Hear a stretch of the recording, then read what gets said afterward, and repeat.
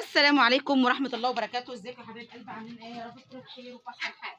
جايلكم فيديو جديد النهارده، يا رب الفيديو ينال اعجابكم. بالله عليكم يا حبايب قلبي اللي ما اشتركش في القناه يشترك وفعل زر الجرس على الكل عشان يوصلكم كل جديد من قناتي قناه ام العين. النهارده يا حبايب قلبي عندي شويه تنظيف خضار كده كنت في السوق، فعندي شويه تنظيف خس وبصل وكده، فقلت اجيبهم بقى للبط الكبير هنا والفراخ الهندي اخرطهم ليهم لان انا مخلصه. اشهد ان لا اله الا الله. لحظه يا جماعه بس على ما الاذان يخلص لان الاذان بيدن. احنا بقينا الدور يا جماعه ولسه ما عرفتش طيورش. زي ما قلت لكم يا جماعه جبت شويه خضار من السوق النهارده، فدي تنظيف الخضار بتاعهم، فقلت اجيب بقى خريطه الطور بتاعتنا واعرف البط واعرف الفراخ الهندي، وطلعت الفراخ الصغيره من العشه هي تيجي في الدوار تفتح معاهم عشان بس ايه يبقوا حلوين وتمام التمام. هيشدوا شويه الخضره مني من قبل ما اعملها. كان في حاجه مهمه يا جماعه عايزه اتكلم معاكم فيها. في واحد دخل لي على فيديو شورتس اول امبارح وغلط فيا وبيقول لي انت عامله الفيديو ده مخصوص عشان تغزي العين عنك من الحسد، ده انت لئيمه لئيمه ليه؟ انا فعلا عندي طيور بتموت يا جماعه، والناس اللي معايا على القناه وعارفيني وعارفين منهم وليلى عارفين ان انا عندي طيور بتموت.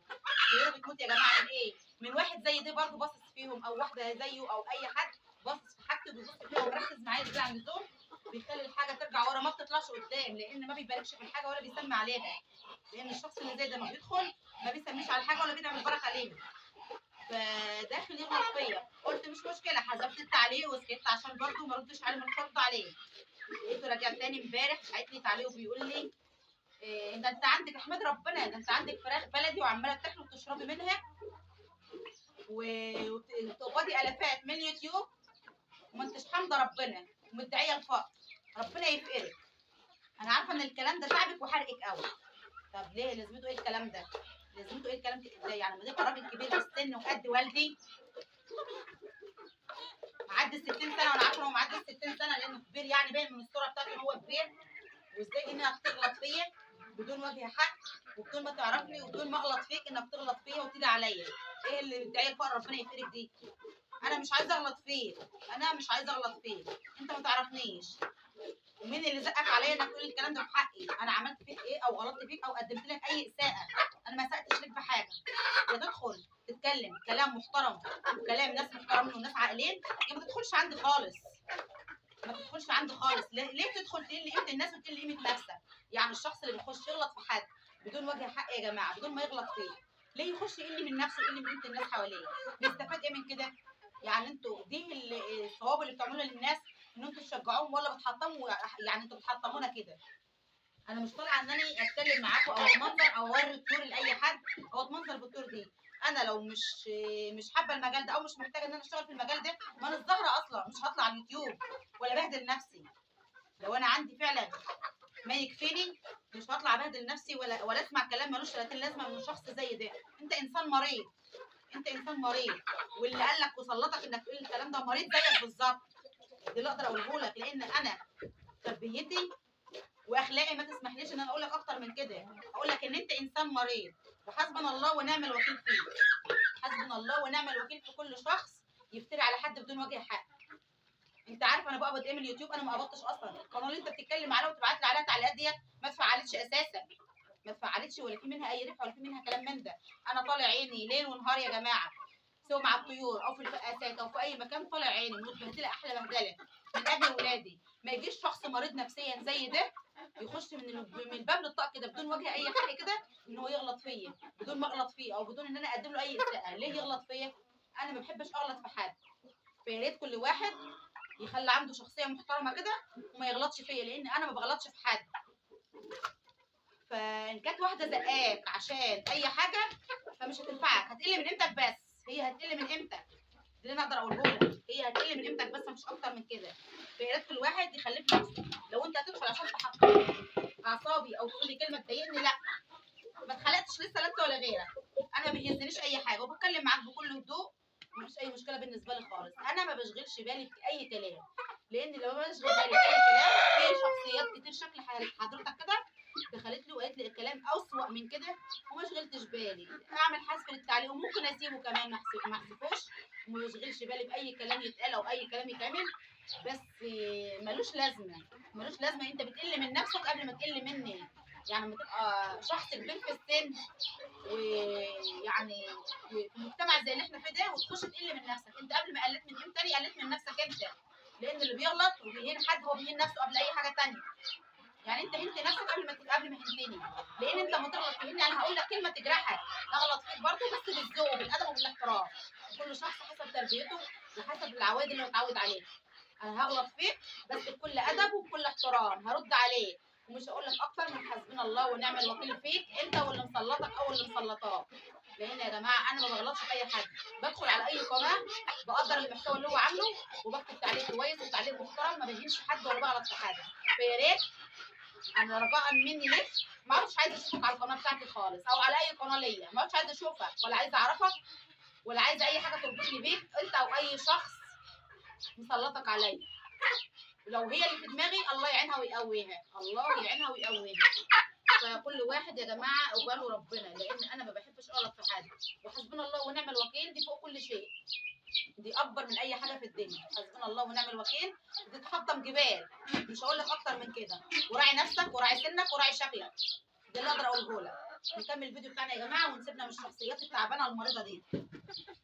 نجيب العيش بتاعنا بقى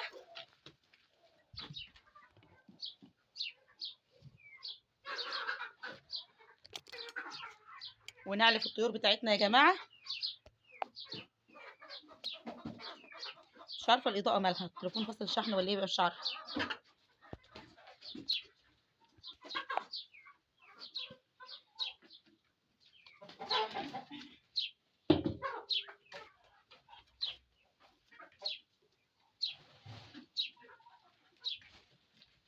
اصبروا بقى هقلب لكم العلف وتاكلوا كلكم زي بعض.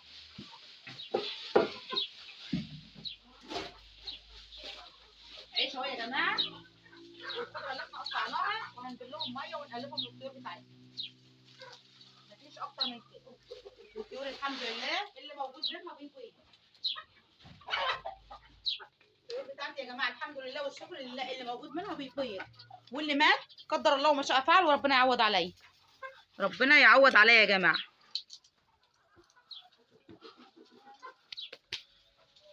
نحط ميه بقى ونقلب الحاجه بتاعتنا دي، بس بقى ما تهزقوش العيش.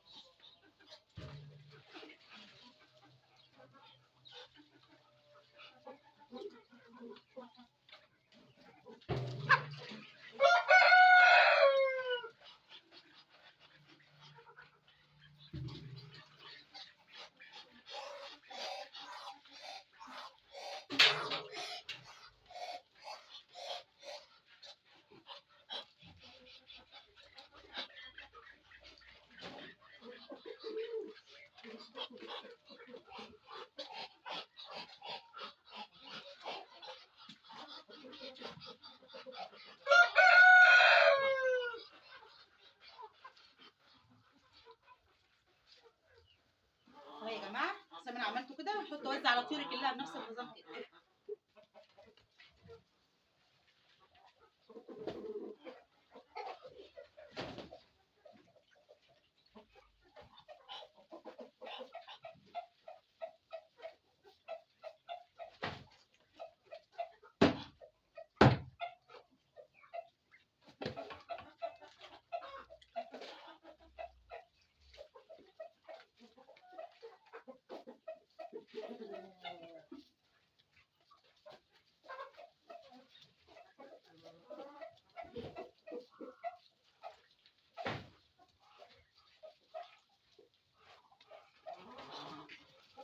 هو بس ميله كده انا هجيب لكم.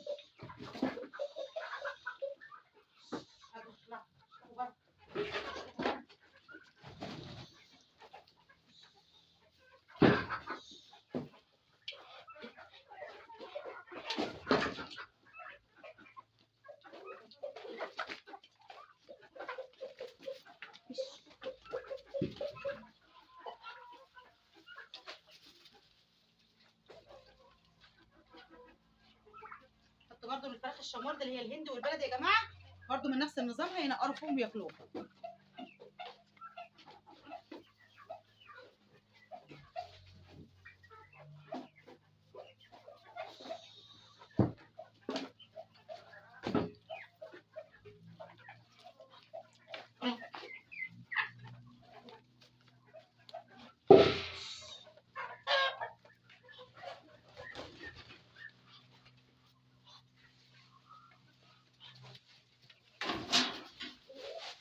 جايبه عيش انا النهارده يا جماعه، وانا جايه من السوق لقيت واحده صاحبتي يعني بتتاجر في السمك وكده، فلقيتها جايبه لي شويه عيش حلوين محترمين كده، فجبتهم منها وانا جايه. فاللي واقفه بتكلم معاها ولقيتها بتتكلم معايا في العيش وما العيش وبتقول لي الاسعار، فلقيت واحده ثانيه واقفه بتشتري منها سمك، قالت لي طب انا عندي عيش وببيعه تاخديه؟ قلت لها مفيش مشكله، هاتي لي اي كميه عيش موجوده عندي. فالحمد لله يعني البني ادم لما يكون الدنيا واقفه كده وضيقه في وشه، فبتلقي ربنا يعني بيفرجها من اقل حاجه. حطي ده بقى البط الكبير اهو ياكلوا منه. فما بيشغلنيش بقى اي كلام اي حد يا جماعه، يعني الشخص الغريب اللي دخل ده واتكلم الكلام الكتير ده والله ما هو شاغلني ولا هو في دماغي اصلا، مش شاغلني ولا هو في دماغي. بني ادم مريض ودخل قال كلمتين وخلاص هيطلع يروح لحاله، فكل حي ربنا يقبله يا جماعه.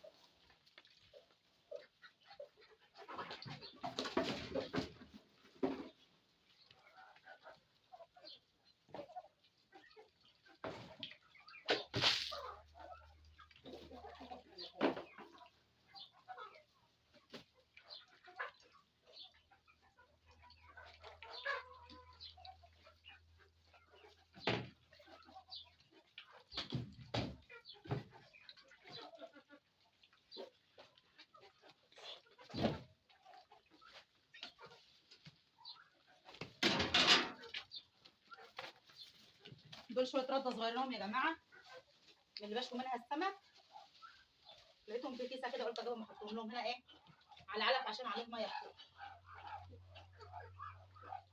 البط بيحب البلبطه اصلا يا جماعه، البط بيحب البلبطه.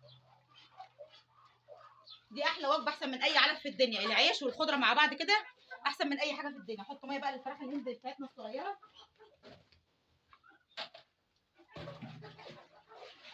بعتذر يا جماعه لو طولت عليكم الفيديو او قطعتكم بالكلام، بس عشان من حبي فيكم انا بحب اتكلم معاكم شويه.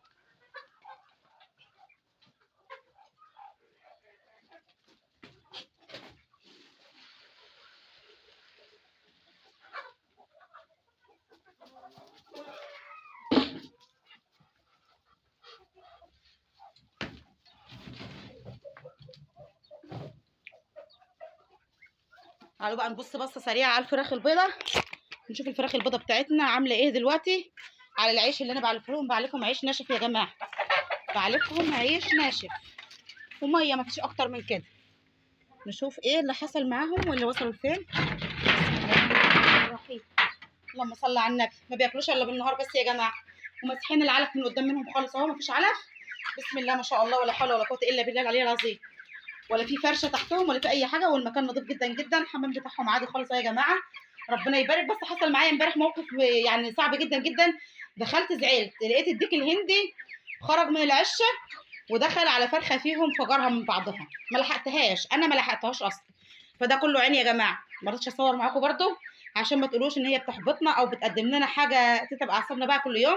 ما رضيتش اصور معاكم المنظر ده امبارح والله العظيم. جيت امبارح العصر ابص عليهم عشان اقفل عليهم الباب او ان كان محتاجين علف اعلفهم، لقيت الديك الهندي طلع بره العشه ودخل عليهم، لقيته فاجر فرخه.